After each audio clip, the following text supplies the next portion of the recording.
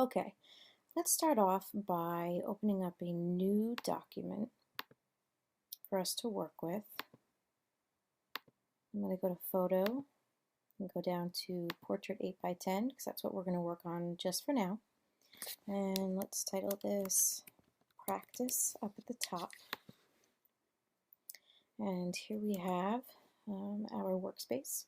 So now, just to get an idea as to how this works, we're going to take a look.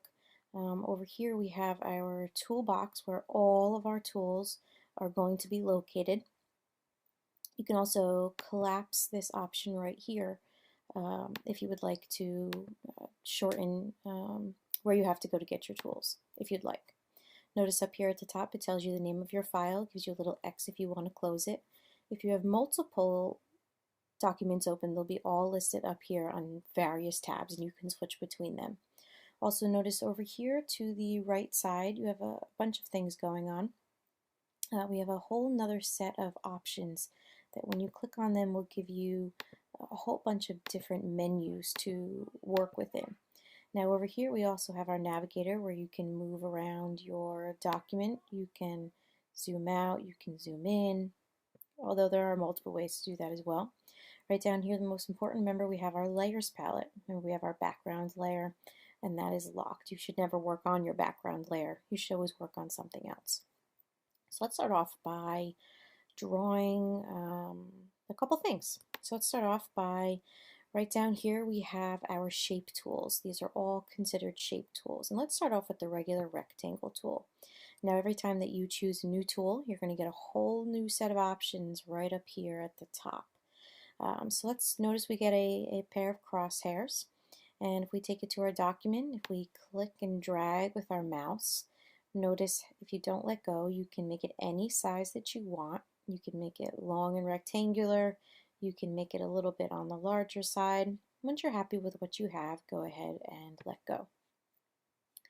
Now notice the default turns to black because we have our black and white foreground background colors right down here.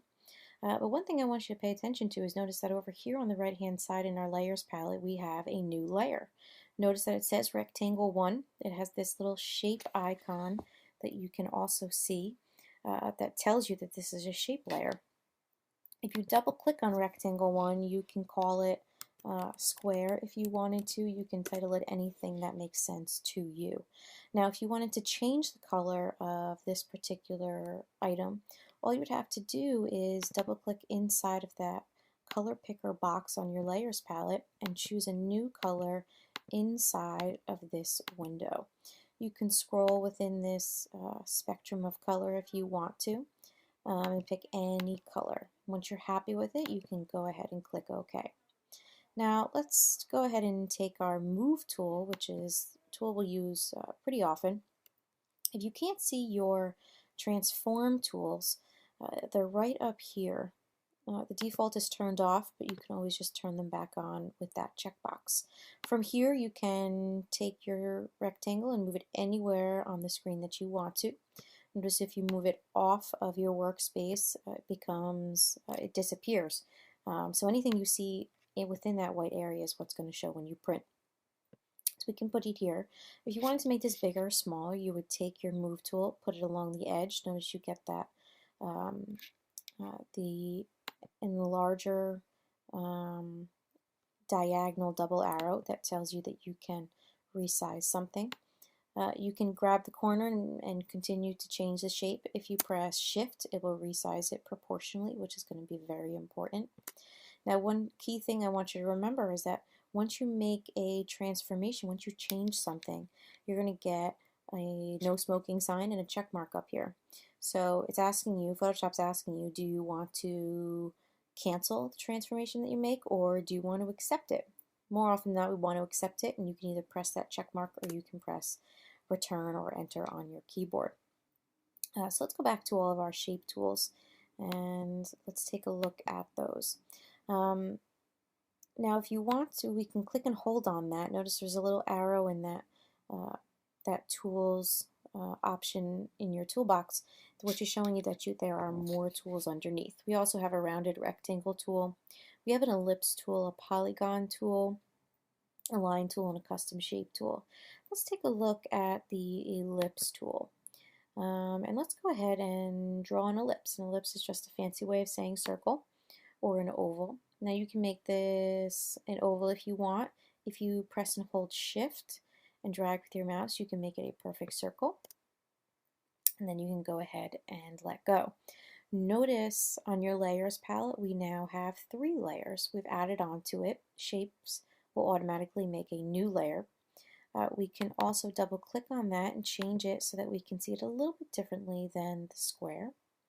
Now notice that the ellipse layer is on top, the square layer is below, and the background layer is on the bottom. So this is kind of like a sandwich where the uppermost, like you're layering a sandwich, the top layers are ones that you're going to see above everything else. The bottom layers are going to be hidden below everything that's on top of them. Right now your ellipse is on top, your square is underneath the ellipse. You can notice that because you can't see through the circle, and then your background's on obviously underneath everything. Now say you wanted your ellipse to be below your square. All you would have to do over here on your layers palette is with this little hand is drag it below the square. Now notice when I drag this below, you get that white line that pops up, which is basically telling you that's where you're going to put that layer.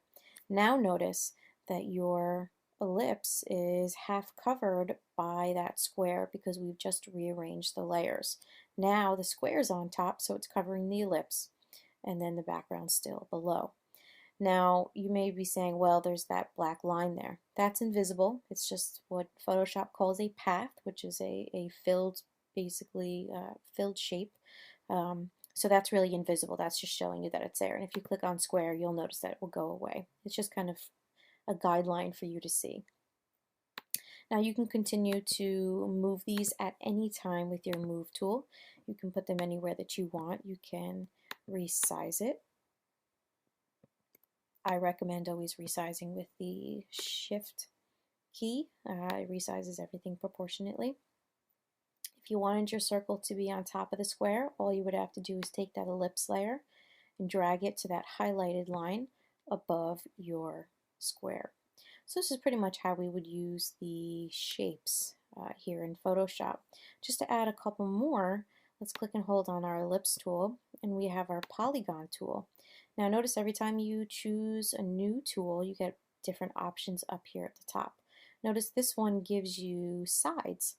Polygons all have sides. You can choose to add as many sides as you want to your polygon. So the default usually is 5. So if we go ahead and draw that, I'm just going to quickly change the color so we can see it. Notice how we get a 5-sided figure. Now if you hover your cursor on top of where it says sides, notice that it changes into a hand with a double arrow. You can drag to the left or to the right to increase or decrease the number of sides. So now we have 14, and we can go ahead and draw that, and notice we have 14 sides. So it's very useful, especially if you want to end up making a specific triangle or a specific shape that has symmetry. This is a very easy way to go about doing that. We also have a line tool if you wanted to make lines, but one other thing I want to bring your attention to is called the custom shape tool. Now, the custom shape tool basically gives you fancy shapes as opposed to geometric shapes. This will give you something a little bit more interesting. Again, here at the top of your screen, you now have options, all these different options that you can draw as a shape, as opposed to it being a stamp. And you can press Shift with these to get them perfect the way you want them as well. And then the same properties as a shape. You can even see that all of these shapes have the little indication on the layer that this is indeed a shape, which allows you to change the color here. It allows you to move it like a shape. It just allows you to know that this indeed is a shape layer, as there are different types of shapes.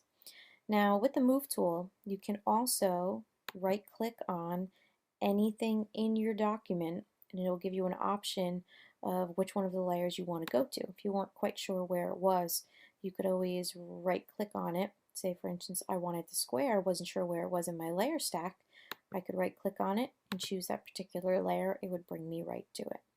Again, same thing, if you wanted to rearrange your layers, you would just drag them until you see that white line, and you can put them anywhere that you wish. So that's pretty much how you would go about using the layers palette. Remember, everything that's on the top of your layer stack, like your polygon, that is on top of everything else. Okay, and then down here we have this interesting shape, and notice that is below everything else. So think of it as a sandwich. What's on top you see first, what's on the bottom is hidden below everything that is above it. So I hope this answers any questions, and we'll see you in the next one.